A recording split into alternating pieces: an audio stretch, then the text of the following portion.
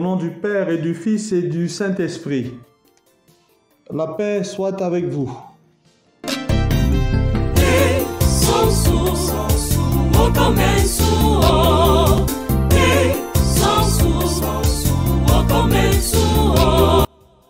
Aujourd'hui, 33e dimanche du temps ordinaire, année B.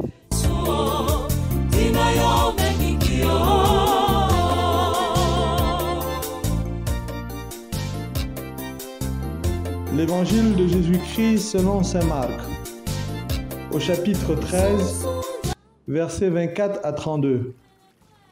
En ce temps-là, Jésus parlait à ses disciples de sa venue. En ce jour-là, après une grande détresse, le soleil s'obscurcira et la lune ne donnera plus sa clarté.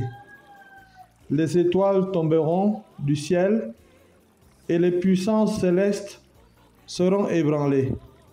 Alors on verra le Fils de l'homme venir dans la nuée avec une grande puissance et avec gloire. Il enverra les anges pour rassembler les élus des quatre coins du monde, depuis l'extrémité de la terre jusqu'à l'extrémité du ciel. Laissez-vous instruire par la comparaison du figuier. Dès que ses branches deviennent tendres et que sortent des feuilles, vous savez que l'été est proche. De même, vous aussi, lorsque vous verrez arriver cela, sachez que le Fils de l'homme est proche, à votre porte. Amen, je vous le dis, cette génération ne passera pas avant que tout cela n'arrive. Le ciel et la terre passeront, mes paroles ne passeront pas. Quant à ce jour et à cette heure-là, nul ne les connaît, pas même les anges dans le ciel, pas même le Fils, mais seulement le Père. Sœurs et frères, l'année liturgique tire à sa fin. Et l'Église, dans sa sagesse, veut nous disposer à méditer sur les choses de la fin, sur les fins dernières. Le cadre de ce passage de l'Évangile que nous venons d'entendre situe l'Évangile de saint Marc au dernier jour de la vie de Jésus.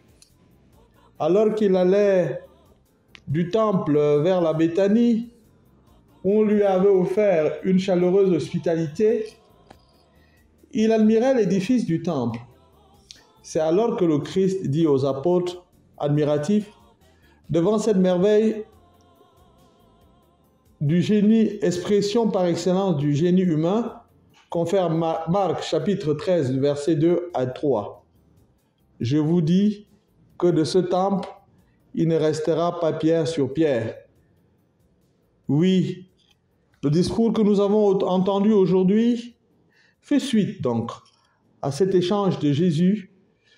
C'était un discours eschatologique, celui des derniers temps, de la fin, celui ultime, celui de l'eschatologie, du définitif. Oui, le texte d'aujourd'hui fait référence au malheur, aux souffrances de tous les temps, aux tremblements de terre, aux famines, aux violences, aux désastres, aux calamités. Oui, souvenons-nous aussi qu'au début du christianisme, la persécution avait failli faire disparaître l'Église naissante. Le premier pape, Pierre, avait été crucifié la tête en bas. Paul, l'apôtre des nations, l'apôtre des gentils, avait eu la tête tranchée. Les chrétiens de Rome, quant à eux, avaient été brûlés vifs dans les jardins de Rome. L'évangile, le texte de Pierre, au chapitre 3, la première épître de Pierre, au chapitre 3, verset 15, nous invite à être toujours prêts, à rendre compte de l'espérance qui est en nous, à tous ceux qui nous demandent de rendre cette espérance.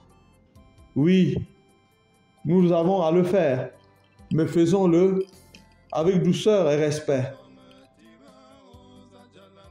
1 Pierre, chapitre 3, verset 15.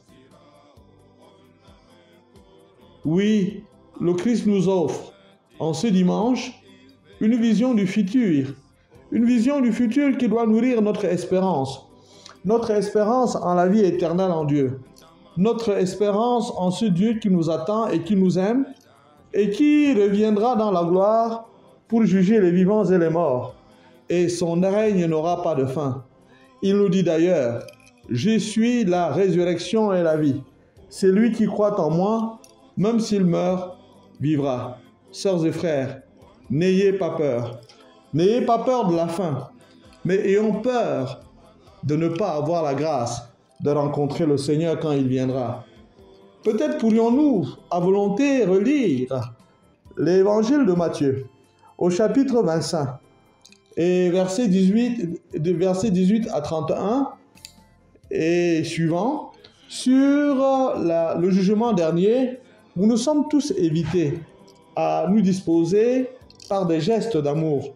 Voilà la meilleure préparation pour la fin.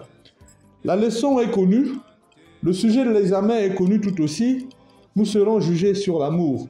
Saint Jean de la Croix l'a dit, il le dit à sa manière. Au terme de notre vie, nous serons jugés sur l'amour. Voilà ce qui peut nous inquiéter. Ciel et terre passeront, mais ma parole, dit Jésus, ne passera pas. À partir de cette allusion à la destruction du temple de Jérusalem, Jésus a fait référence à la destruction de l'univers. Lui non plus n'est pas définitif. Ni le soleil, ni la lune, ni les étoiles, eux aussi, les étoiles s'éteindront. Tout passera également. Ciel et terre passeront, ai-je dit. Il y a seulement une chose qui ne passera pas, la parole du Seigneur. Mes paroles ne passeront jamais. Oui, dans le symbole du temple qui est détruit, dans ce monde qui s'effondre, gardons la tête haute, car notre rédemption sera grande dans le Seigneur. Très chers frères et sœurs, l'Église, notre Église, cette Église que nous aimons, malgré ses rides, est maîtresse en humanité. C'est pourquoi, face aux politiques, elle propose la culture de l'amour, la culture de la vie. Pas la culture de la survie, mais la culture de la vie.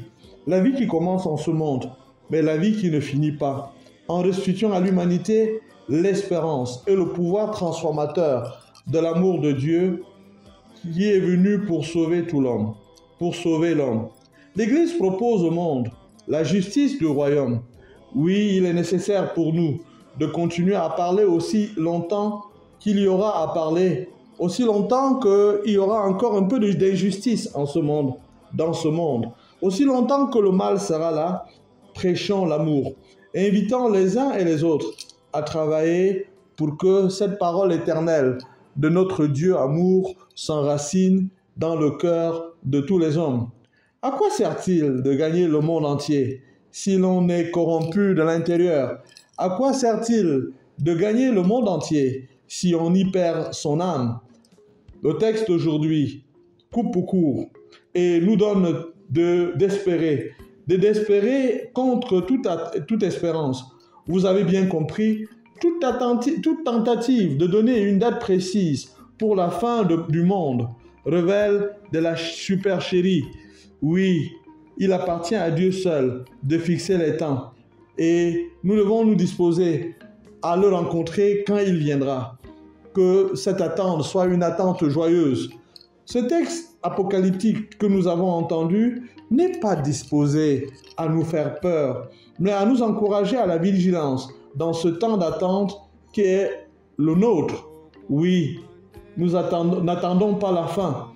N'attendons pas la fin pour avoir faim de la fin.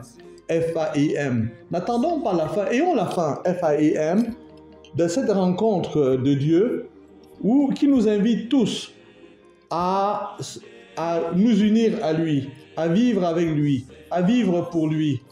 Cela commence sur cette terre. Oui, finalement, le but du texte de ce jour n'est point de nous faire peur. Il n'est pas non plus de nous permettre de connaître par toutes sortes de supputations quelle sera la date, comme je l'ai dit, de la fin du monde. Le but de ce texte, c'est de nous rendre vigilants. Soyons vigilants. Ne nous laissons pas distraire par ce monde et c'est bien. C'est aussi, ce texte nous invite, sœurs et frères, à nous laisser entrevoir que cet inattendu sera d'une radicale nouveauté. Et un jour, la fin de l'espace du temps marquera l'avènement d'un monde renouvelé où nous serons tout en tous. Oui, le Christ nous exhorte à une vigilance active, sans découragement, devant les épreuves et la persécution. Restons fidèles à l'enseignement du Fils de l'homme. Le Seigneur ressuscité viendra pour chacun d'entre nous et gardons cette certitude qu'il vient nous donner la paix. Il est le Dieu de l'amour, il est le Dieu de la joie. Vivons cette attente dans la joie et que les disciples prennent courage et ne se laissent pas distraire. L'herbe sèche, la fleur s'effane, la parole de notre Dieu demeure toujours. Amen.